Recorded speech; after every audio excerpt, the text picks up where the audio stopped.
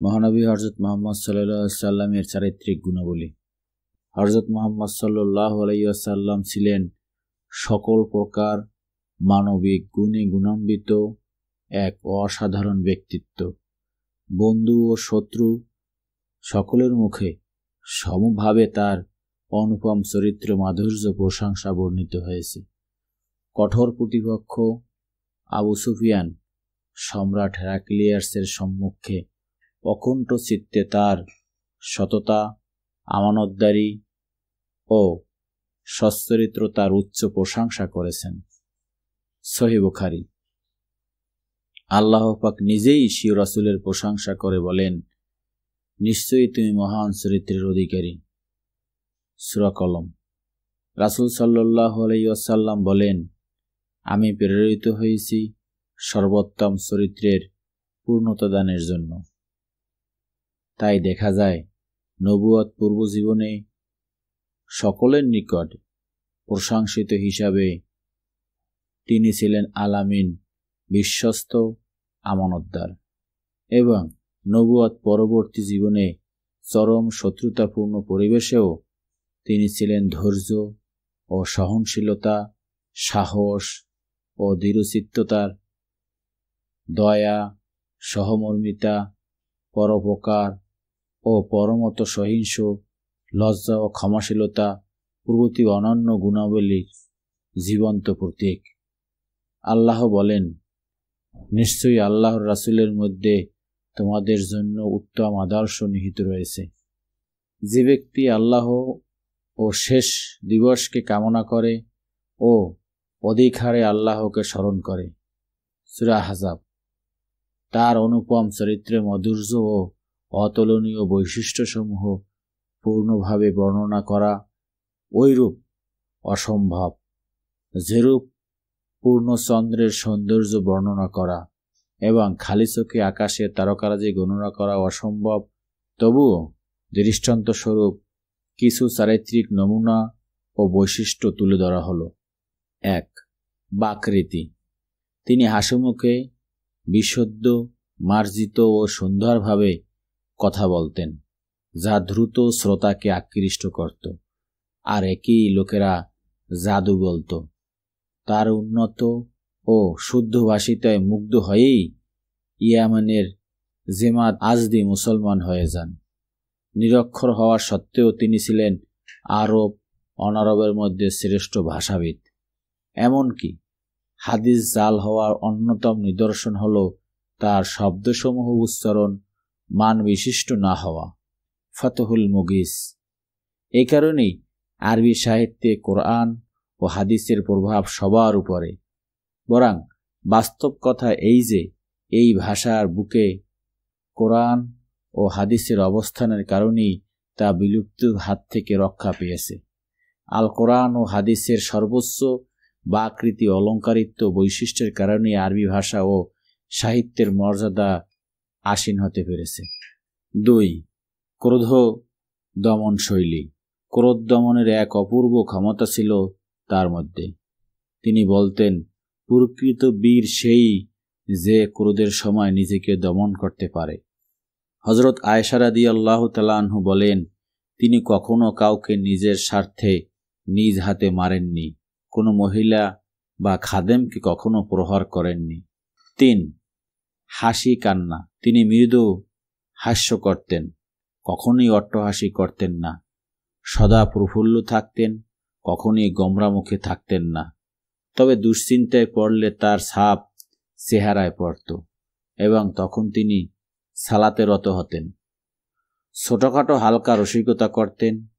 যেমন এক স্ত্রী হযরত আয়েশার নিকট এসে তার এক বৃদ্ধ খালা রাসূল সাল্লাল্লাহু আলাইহি ওয়াসাল্লামকে বললেন, হে আল্লাহর রাসূল, আমার জন্য আল্লাহর নিকট দোয়া করুন যেন তিনি আমাকে জান্নাতে প্রবেশ করান। জবাবে রাসূল সাল্লাল্লাহু আলাইহি ওয়াসাল্লাম বলেন, হে উমুকের মা, কোনো বৃদ্ধ জান্নাতে প্রবেশ করবে না। একথা শুনে উক্ত মহিলা কাঁদতে শুরু করল। তখন আয়েশা রাদিয়াল্লাহু তাআলা বললেন, তাদের কি দোষ? তখন জবাবে রাসূল সাল্লাল্লাহু আলাইহি ওয়াসাল্লাম বললেন, তুমি কি কোরআন পড়োনি যে আল্লাহ বলেছেন, আমার জান্নাতি নারীদের বিশেষ রূপে সৃষ্টি করেছি, অথবা তাদের চিরকুমারী করেছি, সদা সোহাগিনী, সমবয়স্ক, ডান সারির লোকদের নয়, ডান সারির লোকদের জন্য। 4. বীরত্ব ও ধৈর্যশীলতা। কঠিন বিপদের মধ্যেও তিনি ধীর হিমাদ্রির ন্যায় ধৈর্যশীল থাকতেন। মাক্কি জীবনে আতঙ্কময় পরিবেশ এবং মাদানী জীবনের প্রতিটি মুহূর্তে জীবনের হুমকির মধ্যেও তাকে কখনো ভীত, অধৈর্য হতে দেখা যায়নি। হযরত আলী রাদিয়াল্লাহু তাআলা আনহু বলেন, ঘনঘোর যুদ্ধের বিভীষিকার মধ্যেও আমরা রাসূল সাল্লাল্লাহু আলাইহি ওয়াসাল্লামের পিছনে গিয়ে আশ্রয় নিতাম। তিনিই সর্বদা শত্রুর নিকটবর্তী থাকতেন। আহমদ। শত্রুর ভয়ে যুদ্ধের ময়দান থেকে পালিয়ে যাওয়ার কোনো ঘটনা তার জীবনে নেই। অভাব অনটনে, দুঃখ বেদনায় সর্বাবস্থায় তিনি কঠিন ধৈর্য অবলম্বন করতেন। এমনকি 3 দিন না খেয়ে পেটে পাথর বেঁধে সৈন্যদের সাথে অবর্ণনীয় কষ্ট খন্দক খোঁড়ার কাজে অংশ নিলেও চেহারায় তা প্রকাশ ঘটত না, বরং সৈন্যদের সাথে আখেরাতের কবিতা পাঠের মধ্যে দিয়েই খুশি মনে নিজ হাতে খন্দক খুঁড়েছেন। শত্রুদের শত্রুতা যতই বৃদ্ধি পেত, তার ধৈর্যশীলতা ততই বেড়ে যেত। 5. সেবাপরায়ণতা। কেউ অসুস্থ হয়ে পড়লে তিনি তার বাড়িতে গিয়ে সেবা করতেন ও সান্ত্বনা দিতেন, তার জন্য দোয়া করতেন, কি খেতে মন চায় শুনতেন, ক্ষতিকর না হলে তা দেবার ব্যবস্থা করতেন। নিজেই ইহুদির কাজের ছেলেটিকে অসুস্থ হয়ে পড়লে তিনি তার বাড়িতে গিয়ে তাকে সান্ত্বনা দেন ও পরিচর্যা করেন। এ সময় তিনি বলেন, তুমি ইসলাম কবুল করো। তখন ছেলেটি তার বাপের দিকে তাকালো, যে তার নিকটে বসা ছিল। বাপ বলল, তুমি আবুল কাসেমের কথা মেনে নাও। তখন ছেলেটি কালেমা শাহাদাত পাঠ করে ইসলামের কবুল করেন। অতবার মারা গেল। অতঃপর রাসূল সাল্লাল্লাহু আলাইহি সাল্লাম বের হবার সময় বললেন, আল্লাহর জন্য সকল প্রশংসা, যিনি তাকে আমার মাধ্যমে জাহান্নাম থেকে মুক্তি দিলেন। 6. সহজ পন্থা অবলম্বন। হযরত আয়েশা রাদিয়াল্লাহু তাআলা আনহু বলেন, রাসূল সাল্লাল্লাহু আলাইহি ওয়াসাল্লামকে যখন 2টি কাজের এখতিয়ার দেওয়া হতো, তখন তিনি সহজটি বেছে নিতেন, যদি তাতে গুনাহের কিছু না থাকত। তিনি নিজের জন্য কোনো অন্যায়ের প্রতিশোধ নিতেন না, কিন্তু আল্লাহর জন্য হলে প্রতিশোধ না নিয়ে ছাড়তেন না। ওয়াজ নসিহত করতেন যতক্ষণ না মানুষ বিব্রত বোধ করে। নফল সালাত চুপে চুপে আদায় করতেন, যাতে অন্যের কষ্ট না হয়। তিনি বলতেন, তোমরা এমন আমল করো যা তোমাদের সাধ্য কুলায়। 7. দানশীলতা। যতক্ষণ তার কাছে কিছু থাকত, ততক্ষণ তিনি দান করতেন। রমজান মাসে তা হয়ে যেত প্রবাহমান বায়ুর মতো। তিনি সদাকা গ্রহণ করতেন না, কিন্তু হাদিয়া নিতেন, অথচ তা নিজের প্রয়োজনে যৎসামান্য ব্যয় করে সবই দান করে দিতেন। তিনি বলতেন, কেউ অতক্ষণ প্রকৃত মুমিন হতে পারবে না যতক্ষণ না সে অপরের জন্য তাই ভালোবাসবে যা সে নিজের জন্য ভালোবাসে। তিনি বলতেন, একজন বান্দার হৃদয়ে ঈমান ও কৃপণতা কখনো একত্রিত হতে পারে না। 8. লজ্জাশীলতা। রাসূল সাল্লাল্লাহু আলাইহি ওয়াসাল্লাম সর্বদা দৃষ্টি অবনত রাখতেন, কখনোই অন্যের উপর নিজের দৃষ্টি নিক্ষেপ করতেন না। তিনি কারও মুখের উপরে কোনো অপছন্দনীয় কথা বলতে লজ্জা পেতেন। হযরত আবু সাঈদ খুদরি রাদিয়াল্লাহু তাআলা আনহু বলেন, তিনি পর্দানসীন কুমুরী মেয়ের চাইতেও অধিক লজ্জাশীল ছিলেন। যখন তিনি কিছু অপছন্দ করতেন, তখন তার চেহারা দেখে আমরা বুঝে নিতাম। কারো কোনো মন্দ কাজ দেখলে সরাসরি তাকে মন্দ না বলে সাধারণভাবে নিষেধ করতেন, যাতে লোকটি লজ্জা না পায়, অথচ বিষয়টি বুঝতে পেরে সে নিজেই সংশোধন হয়ে যায়। 9. বিনয় ও নম্রতা। তিনি ছিলেন বিনয়ী ও নিরহংকার চরিত্রের মানুষ। তিনি সবাইকে মানুষ হিসেবে সমান জ্ঞান করতেন, উঁচু নিচু ভেদাভেদ করতেন না। তাকে দেখে সম্মানার্থে দাঁড়াতে সাহাবীগণকে নিষেধ করতেন। দাসদাসীদের নিকট কখনোই অহংকার প্রকাশ করতেন না।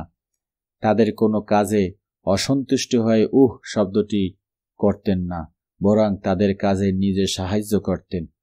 হযরত আনাস রাদিয়াল্লাহু তাআলা আনহু বলেন, আমি 10 বছর রাসূল সাল্লাল্লাহু আলাইহি ওয়াসাল্লামের খিদমত করেছি, কিন্তু তিনি কখনো আমাকে কোনো কাজের জন্য কৈফিয়ত তলব করেননি। অবশ্য তার অর্থ এটা নয় যে অন্যের কথা বা কাজের জন্য তিনি কাউকে ধমকাতেন না বা ভৎসনা করতেন না।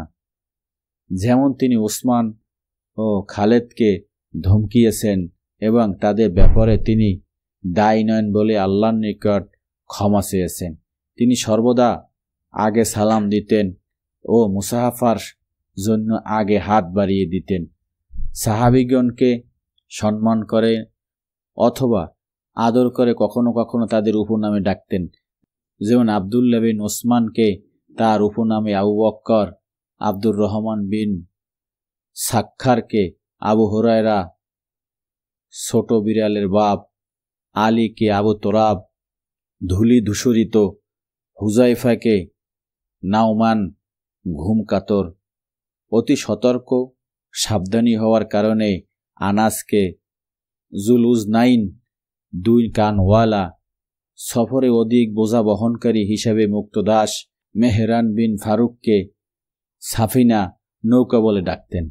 10. সংসার জীবন।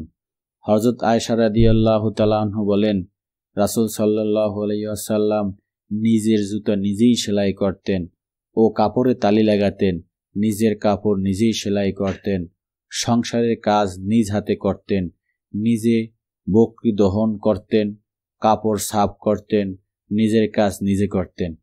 স্ত্রীদের মধ্যে আয়েশা রাদিয়াল্লাহু তাআলা ছিলেন কুমারী, সবচেয়ে কম বয়স্ক।